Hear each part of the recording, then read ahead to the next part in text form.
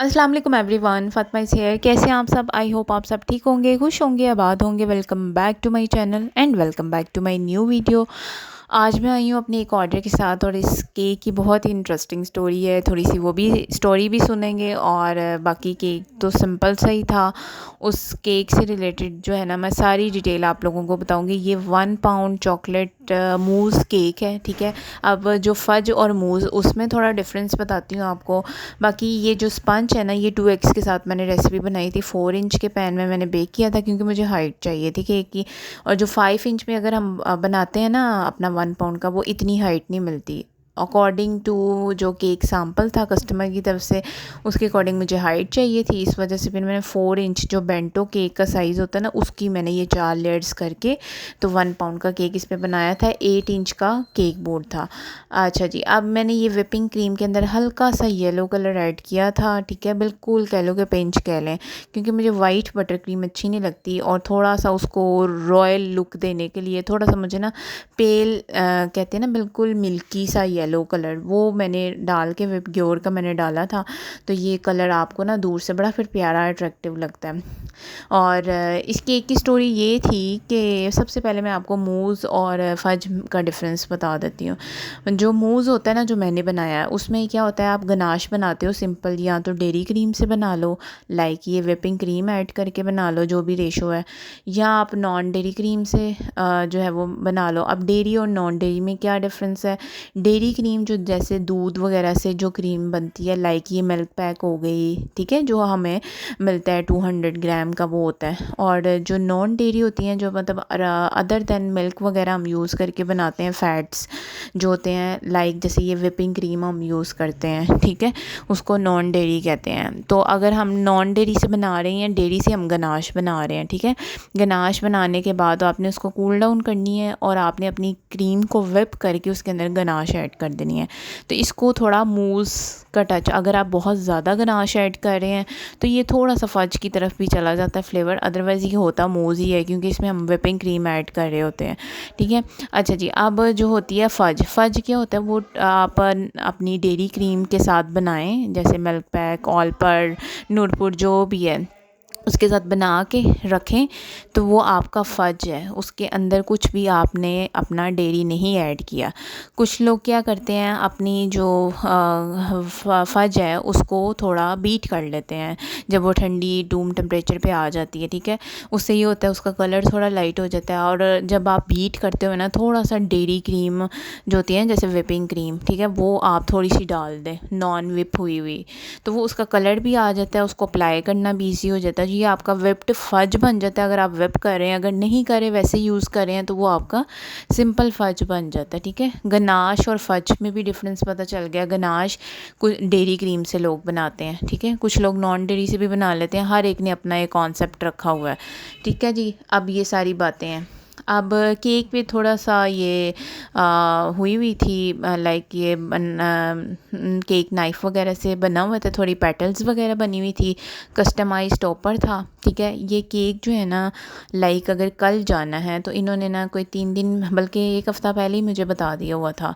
मैंने इनके स्पंचेस और इनकी गनाश वगैरह बना के रख ली हुई थी, क्योंकि देखिए ना, अगर 1 पाउंड का केक का ऑर्डर है और क्यों में कोई और ऑर्डर नहीं है, तो ये है कि अगर मुझे पहले कोई ऑर्डर मिलता है और साथ कोई ऐड करके बंदा स्पंज जो है ना वो बेक कर लेता है, क्योंकि 1 पाउंड के लिए ओवन चलाएंगे तो फिर हमें फ़ायदा नहीं ना, क्योंकि ओवन आपको पता है बिजली से चलते हैं, और बिजली अगर 1 पाउंड के लिए हम चला रहे हैं अपना ओवन, तो वो फिर नुकसान होता है। इसलिए मैं फिर कस्टमर को अक्सर कहती हूँ कि आप ना मुझे चाहे 1 वीक पहले अपनी हाफ़ एडवांस पेमेंट करवा के आप बुक करवा लिया करें अपना ऑर्डर, ताकि अगर 1 पाउंड भी उन्होंने करना है तो मैं वो ले लूँ ऑर्डर, ठीक है। बनाने में कोई मसला नहीं होता, ये है कि, और नॉर्मली ये होता है हर केक के जो सैंपल होते हैं डिपेंड करते हैं, इसलिए मैं ज़्यादा स्पंचेस बेक करके भी नहीं रखती। किसी को अगर हार्ट शेप में चाहिए या कोई रेक्टेंगुलर आजकल केक चल रहे हैं, मैं फिर जो है ना अकॉर्डिंग टू द डिमांड थोड़ा बहुत रखे होते हैं मैंने स्पंज, अदरवाइज़ नहीं। हालांकि 3 मंथ्स की शेल्फ़ लाइफ होती है, लेकिन मैं नॉर्मली कम ही बेक करके रखती हूँ, ठीक है। और ये सारी है। और केक तो है तो सिंपल ही था, ठीक है। इसी तरह ही ये कस्टमाइज़ बनवाया था मैंने वकार बेकिंग टूल से, ठीक है। 350 का ये बना था, ये कस्टमर ने ही पैसे पे किए थे। और 1800 का केक था, ठीक है, 1 पाउंड का। और ये मेरे थोड़े रेगुलर क्लाइंट हैं, ये हमेशा मतलब कोई उनकी दोस्त हो या कोई रिलेटिव्स में हो तो ये है कि केक इन्होंने ही पिक करना होता है, ये आगे फिर उनको पहुंचा देती हैं। ये है कि ज़्यादा नहीं ऑर्डर करती, 1 पाउंड या हद 2 पाउंड्स तक ऑर्डर करती हैं, लेकिन ये है कि है मेरी रेगुलर क्लाइंट, ठीक है। और कुछ मैंने गोल्डन वाइट और ऑफ वाइट फॉक्स बॉल लगे हुए थे जो सैम्पल जिस पे ये कर दिया।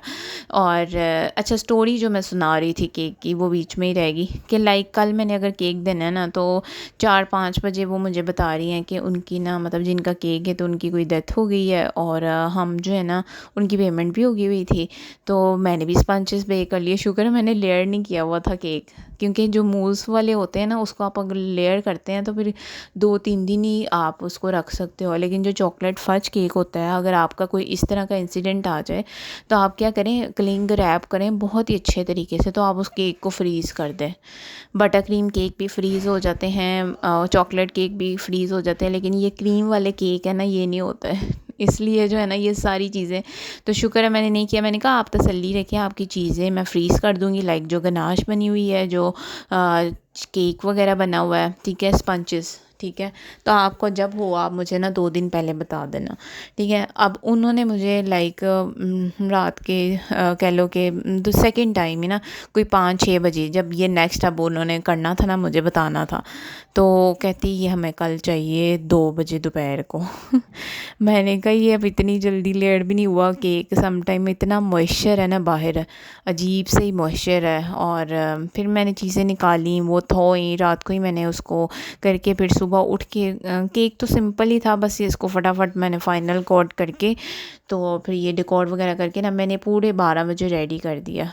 तो पर ये था कि जिन्होंने पिक करना था उनका कोई पेपर था, वो चली गई। उनको ये था कि मैं ना कोई 10-11 बजे उनको दे देती तो फिर वो साथ ही लेके तो वो चली जाती, आगे उन्होंने कहीं दूर जाना होगा, ठीक है। ये है जी केक की फ़ाइनल लुक।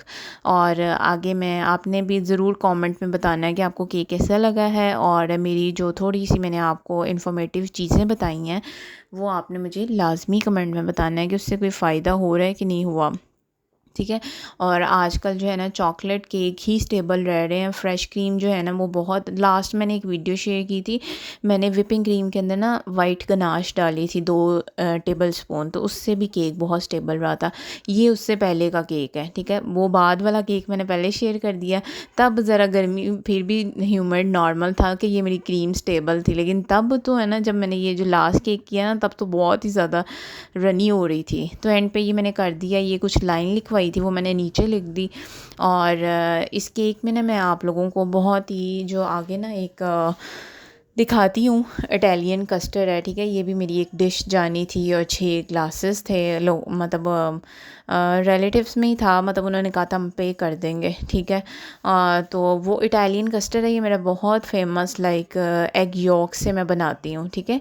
अंडों की जर्दियों से बनता है, ये मैंने कॉथम से ही, इसकी रेसिपी भी मैंने शेयर की हुई है, लॉट ऑफ टाइम किया हुआ है। अगर आप चैनल विज़िट करेंगे ना इटालियन कस्टर्ड के नाम से, ठीक है, उसमें मैंने शेयर किया हुआ है। ये अंडों की जर्दियाँ हैं और चीनी, इसको मैंने बीट किया हुआ है, ठीक है। और दूसरी तरफ हमारी डेयरी क्रीम है, जैसे ये मिल्क पैक होती है, उसको मैंने बॉइलिंग पॉइंट तक गर्म किया है और फिर उसको बीट किया इतना, जो हमारी एग यॉक्स थी, ठीक है, उसमें सफ़ेदी नहीं होनी चाहिए। फिर मैंने उन दोनों को आपस में कर दिया। अच्छा जी, अब ये टेम्परिंग हुई है इनकी, क्रीम की और एग यॉक्स की आपस में टेम्परिंग हो गई है। जब टेम्परिंग होती है ना मीन्स के गरम क्रीम और अंडे तो ऑलरेडी 80% पके होते हैं जब बीट हो जाती है ना कोई भी चीज़, और फिर उसको जब हीट मिलती है ना तो वो पूरे हो जाते हैं, क्योंकि अंडा बहुत जल्दी पक जाता है, आप अक्सर तवे पे डालें तो ये 85% हमारा बीटिंग के दौरान हमारी यॉक्स पक जाती हैं। और जब हम उसको गर्म क्रीम में डालते हैं ना तो वो हमारा जो है ना ये बहुत ही हेल्दी होता है ये बच्चों के लिए। लेकिन ये इसकी बीटिंग बहुत मुश्किल है जब हम एग यॉक और पिसी हुई चीनी को करते हैं ना। इसके अंदर आप डिफरेंट वेरिएशन कर सकते हैं। मैंने मैंगो और पाइनएप्पल ऊपर लगाए थे और अंदर मैंगो चंक्स, आप इसमें पाइनएप्पल डालें, आप कोई भी फ्रूट स्ट्रॉबेरी वगैरह डाल के तो ये बच्चों को खिलाएं, बहुत हेल्दी होता है। ये मैंने रेडी किए थे, साथ इनके ये बनाना मुफ्त मफ़न्स थे, ये बनाए थे, ठीक है। और इस तरह ये मेरा पूरे दिन की रूटीन थी जो मैंने शेयर की। तो आपने मुझे ज़रूर कमेंट में बताना है, बहुत ही मज़े के बनते हैं ये मेरे। तो मिलते हैं नेक्स्ट वीडियो में, टिल देन अपना ख्याल रखें और मुझे दुआओं में याद रखें। और जल्दी से मेरे चैनल के लिए भी ज़रा दुआ कर दें, क्योंकि चैनल अभी वहीं का वहीं है। Hopefully you like it. अल्लाह हाफ़िज़।